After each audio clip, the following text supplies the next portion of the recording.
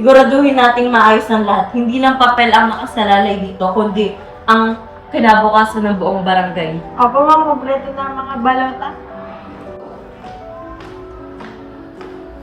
Morning po! Mabuti at dumating ka na, Almering. Ikaw ang aatasan kong magdala ng huling ballot box. Ayos, ikaw ang pinagkakatiwalaan.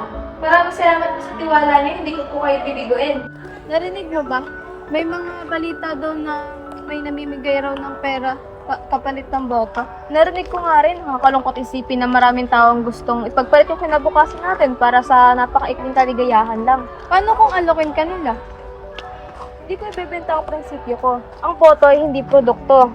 Karapatan ito. Hi, ako si Liana. Mula sa school publication, gumagawa kami ng dokumentaryo tungkol sa botohan. Sana ipakita niyo po ang tunay na nangyayari. Yun talaga ang layunin namin, ang katotohanan. Ikaw pala si Almaring? Oo nga, may kailangan pa ba? Naririnig ko ikaw daw magbabantay ng ballot box. Oo. Ingat ka, maraming pwedeng mangyari tuwing eleksyon. Anong ibig kong sabihin? Wala, paalala lang.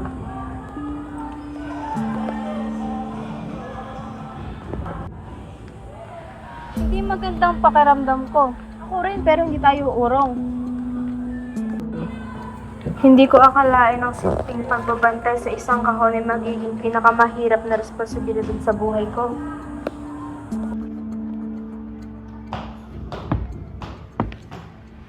Sino yan?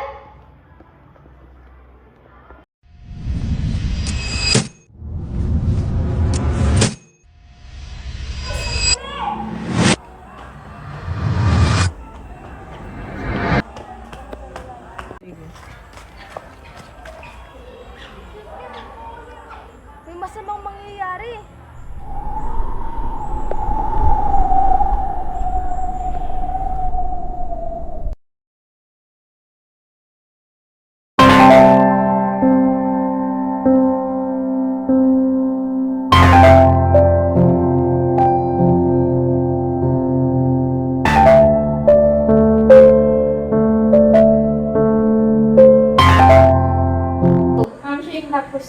Mabuti, tandaan nating maayos dapat ang lahat. Dapat walang maka-impluwensyang boto sa iba. Ano ang klaro na pinagkakahandaan natin? May balita ako. Ano yun?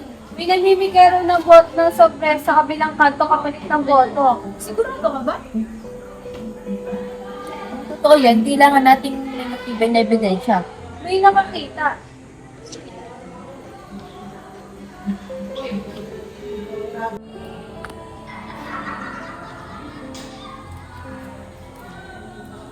Mukhang pagod ka na. Ayos lang ako. Hindi mo kailangan magpakahirap. Kunin mo ito. Ano to? Konting tulong lang yan. Pag may nangyari mamaya, huwag ka na lang makaalam. Huwag ka mag-alala, isang araw lang naman yan at walang makakaalam. May halagang pera pero mas mahalaga ang konsensya ko. Tingnan natin kung hanggang kailan mo pa panindigan mo.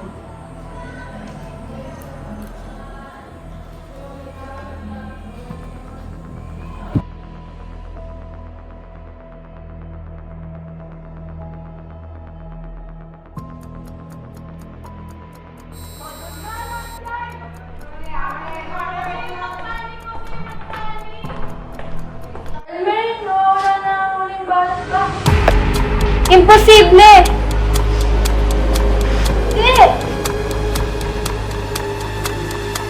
Hindi ba siya Mary na nagbabantay? Baka siya ang may kasalanan. Siya ang huli na lapit sa ballot box. Hindi, kilala namin siya. Kung wala siyang kasalanan, patunayan niya.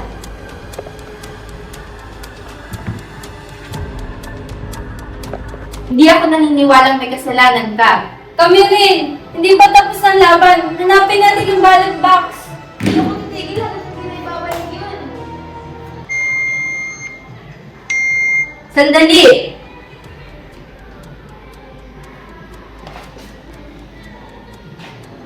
May taong kumuha ng ballot box palabas.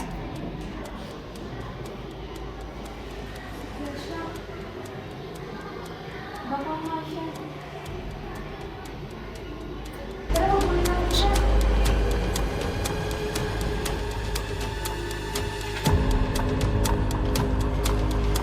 Sigurado ka bang dito siya dumaan? Oo, ito ang huling lugar na nakita sa video. Dito!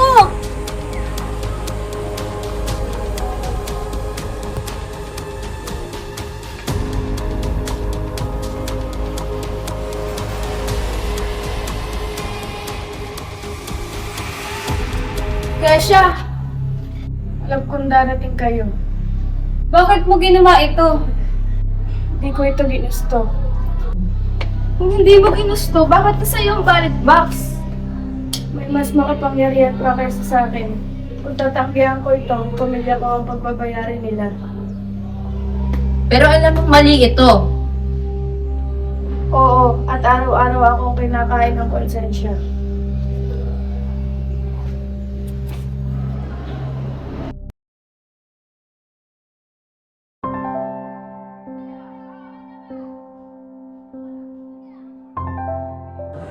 Akala ko ang katapatan ay para lang sa matatapang. Hindi. Ang tunay na tapang ay ang pagtanggap sa pagkakamali at ang paggawa ng tama kahit mahirap.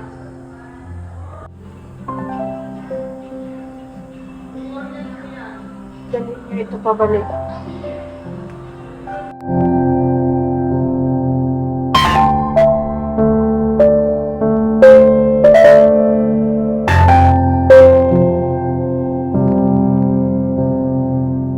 Nahanap nila! Salamat. Handa na ba kayo sabihin ng katotohanan? Oo. Mabuti nang umamin kaysa manatiling tahimik. Humingi ako ng tawad. Tinangka ko itago ang ballot box. Kasi mas natakot ako sa mga taong nagpupo sa akin. Pero mas natakot ako mabuhay. Na alam ko naging bahagi ako ng pandarayan.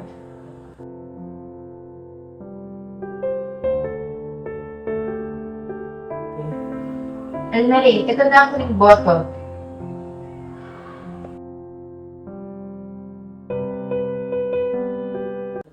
Alam mo iba, papel ay isang simpleng boto lamang. Ngunit ang hindi alam, nakapaloob dito ang pag-asa, kinabukasan at pangarap ng bawat isa. Kaya, huwag nating haya manaig ang takot at pangamba kasi tayo mismo ang mawawala ng boses.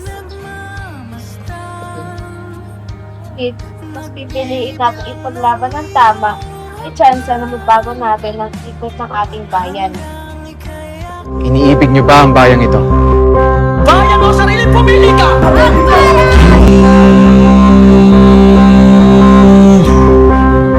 Pahihirap o ako.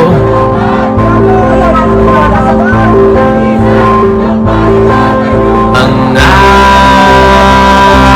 aking hangganan ay ipapamalas ko sa'yo.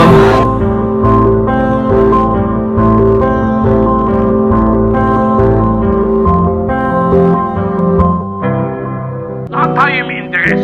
Tao lang tayo. Paano ang aming mga negosyo? Paano namin mapapakain ang aming mga pamilya? Negosyo o kalayaan? Bayan o sarili, pumili ka! So kaya mo ito kinuha dahil nagagawa ko sa bayan. A 50 million contract